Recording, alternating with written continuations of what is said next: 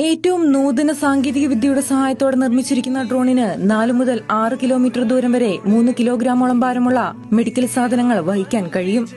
ഡ്രോണുകൾ ഉപയോഗിച്ച് നടത്തുന്ന ഈ സേവനത്തിലൂടെ ആശുപത്രി ലക്ഷ്യമിടുന്നത് ഡെലിവറി സമയം മണിക്കൂറുകളിൽ നിന്ന് 5-7 മിനിറ്റിലേക്ക് ഗണ്യമായി കുറയ്ക്കുക എന്നതാണ്.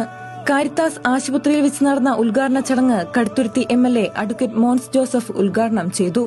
ചടങ്ങിന്റെ ഭാഗമായി ആദ്യ പരീക്ഷണം എന്ന നിലയിൽ കാരിത്താസ് ആശുപത്രിയിൽ നിന്ന് കളുത്തിപ്പടി കാരിത്താസ് ഫാമിലി ഹോസ്പിറ്റലിലേക്കും കൈപ്പുഴ കാരിത്താസ് KMM ഹോസ്പിറ്റലിലേക്കും മരുന്നുകൾ എത്തിച്ചുകൊണ്ട് പദ്ധതിക്ക് തുടക്കമായി.